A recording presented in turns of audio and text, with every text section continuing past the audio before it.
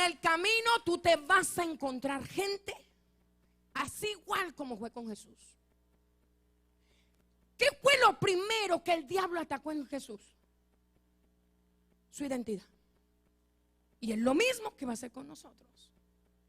Entonces lo primero que Dios hace con nosotros cuando nos restituye es mi posición de hija. Y ahí es donde el religioso se da contra la pared. Porque el religioso no entiende cómo alguien que fue asesino está en el altar y Dios lo usa. Él no puede entender que una mujer que fue perdida hoy sea un vaso lleno de la honra y de la gloria de Dios. Eso no lo puede entender nadie, porque ni nosotros mismos lo entendemos. Y entonces andan por ahí todos languchos, tristes, abarrotados, vueltos pedazos, porque la amargura no les permite ver la misericordia de Dios y ellos tomar la posición que les corresponde. ¿Sabes por qué hay iglesias que se dividen? Porque hay gente que nunca tomó su posición de hijo y piensa que para él no hay una porción. Entonces le quieren robar la porción al otro que se le entregaron. Detrás de una persona que divide hay una persona insegura que cree que sabe mucho pero no sabe nada. Entonces dice la palabra del Señor que este pueblo caminó en cautiverio, se trajeron todas esas cosas de Egipto, y entonces cuando llegan a la tierra prometida, Dios toma a Joel y comienza un llamado. Y si tú lees en el capítulo 1 de Joel, vas a ver que la palabra dice que vino la palabra de Jehová, vino a Joel, hijo de Betuel, y le dijo: oigan esto, ancianos, y escuchen todos los moradores de la tierra. Estaba llamando a las autoridades, que eran en ese momento los ancianos, y luego a todos los moradores de la tierra. Les estaba haciendo un llamado. Dios quiere restituirte, Dios quiere levantarte, Dios quiere hacer algo nuevo contigo. Pero ¿sabes qué? Sacúdete de toda esa inmundicia que traes de Egipto, porque Él te quiere levantar, te quiere posicionar en el lugar de que como hijo te corresponde. Y el Hijo de Dios tiene que pasar el mismo proceso, así como hizo el pueblo de Israel. Porque vengo con los mismos temores que tenía en el mundo. Vengo con las mismas tristezas. Entonces, claro, está la palabra, pero no está en mi lagar. Está a un ladito. Quizás la he recogido, pero no la he metido en mi espíritu. Y cuando la palabra yo la tengo a un lado y no la meto dentro de mi espíritu, el diablo se da banquete, porque es como si no tuviéramos nada. Es la palabra dentro de mí que se activa. El Espíritu de Dios, cuando viene el momento de debilidad, el Espíritu de Dios toma lo que yo tengo en mi lagar, dentro de mí. Esa palabra rema que ya yo metí en mi espíritu es la palabra que usa el Espíritu Santo para después levantarte en medio de una dificultad, de un problema.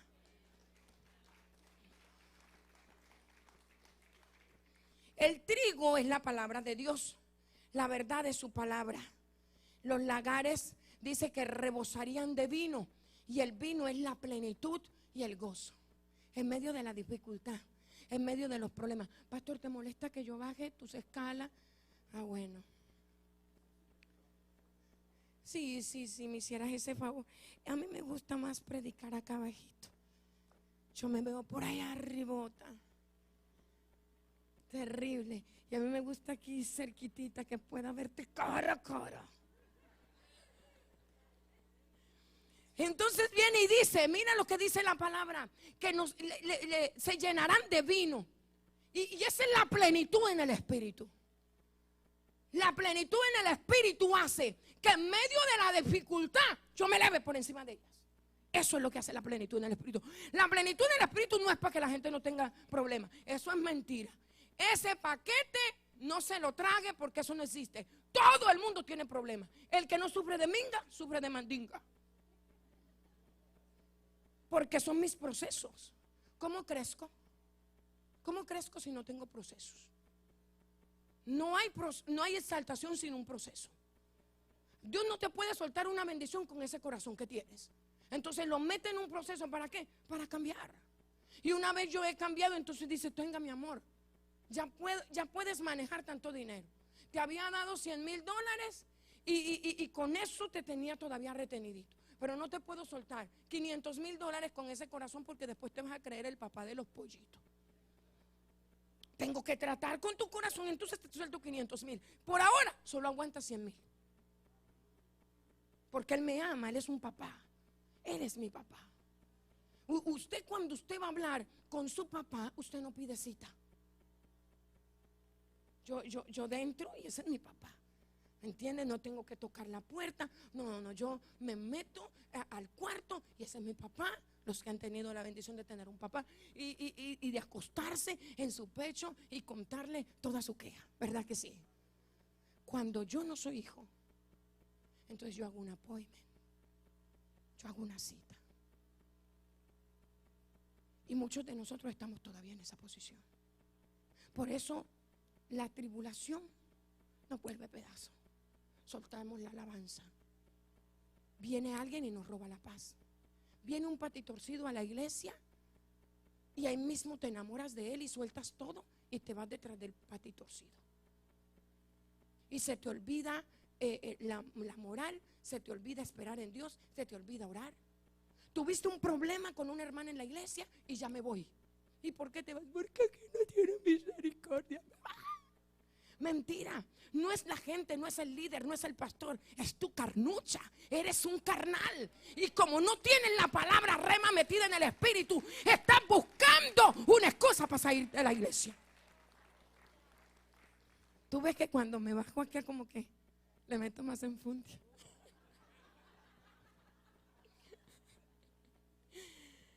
El profeta Joel llama al pueblo. Vengan. Dios quiere restituir todo lo que la oruga, el saltón y el revolcón. La oruga se encarga de todos los brotes pequeños. Suelta un pelillo, la oruga. La oruga no tiene 6 patas reales y 5 patas que parece que existen, pero no existen. Y la oruga suelta un pelillo. Y ese pelillo, donde ella va caminando, suelta ese pelillo. Y ese pelillo tiene veneno. Entonces ahí es cuando el fruto se seca y lo mata.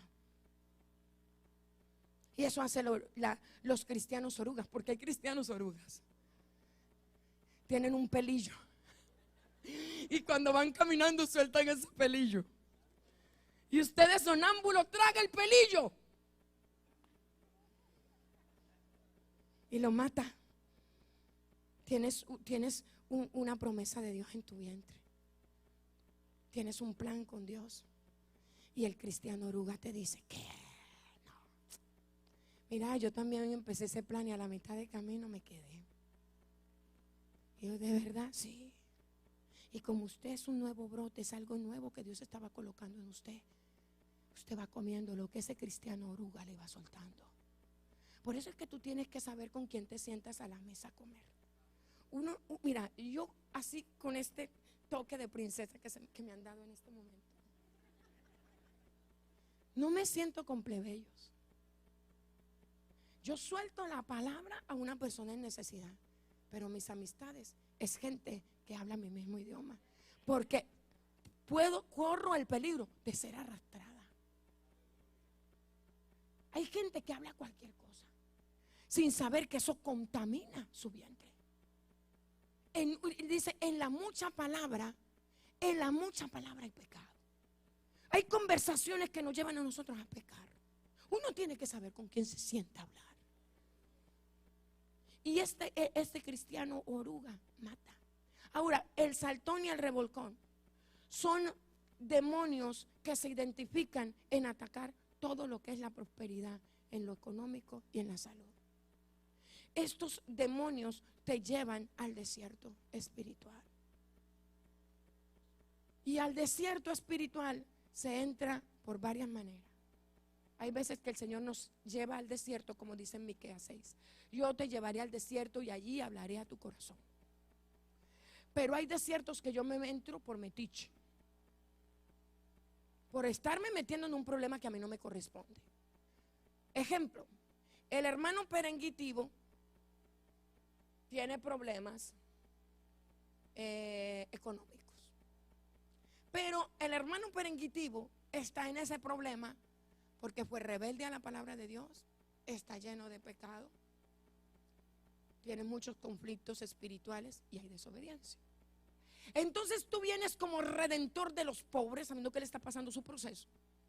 Y él llega y te dice: hermano, no tengo para la renta. No te preocupes, hermano. Dios provee, Dios provee, Dios provee. Mire, hermano, Dios a mí me ha bendecido. Tome para que pague su renta. Ya, ¿quién te mandó? Al mes siguiente viene perenguitivo de nuevo. No tiene con qué pagar el carro. Y vuelve a llorar.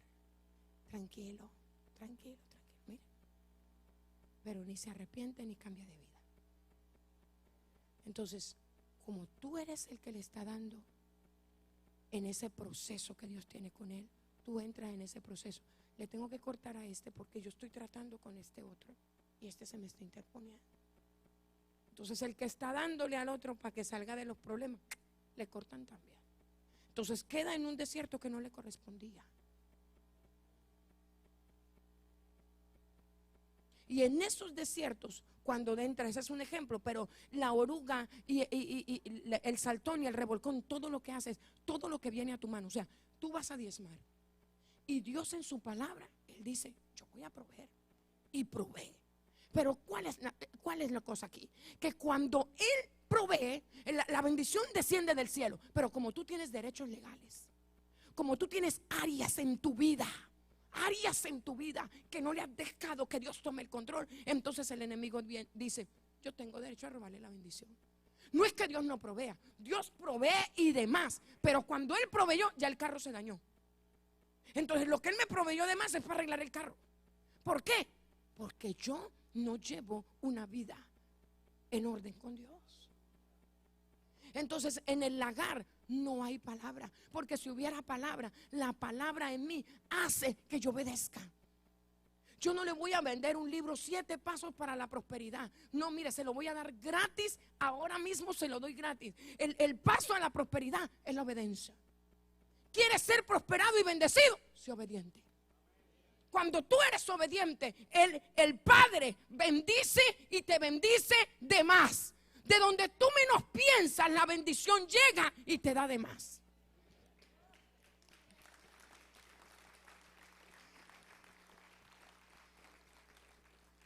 Y viene y te defiende contra tus enemigos. Eso sucede cuando en el lagar hay trigo, vino y hay aceite. Él muchas veces deja que nuestros enemigos prevalezcan. Él lo permite a veces. Pero Él simplemente está permitiendo que nosotros pasemos un proceso, porque en medio lo que hace nuestros enemigos, cuando nuestros enemigos atacan contra nosotros, es empujarnos a nuestro destino. Cuando yo soy una hija de Dios y yo he tomado mi posición como hija, todo lo que suceda a mi alrededor, aún las críticas, las murmuraciones, todo lo que se levanta en el camino ministerial o en tu casa o donde sea tu entorno, todo lo que se levanta, Dios muchas veces lo permite, porque es la manera que usa para irme empujando hacia donde Él quiere que yo llegue.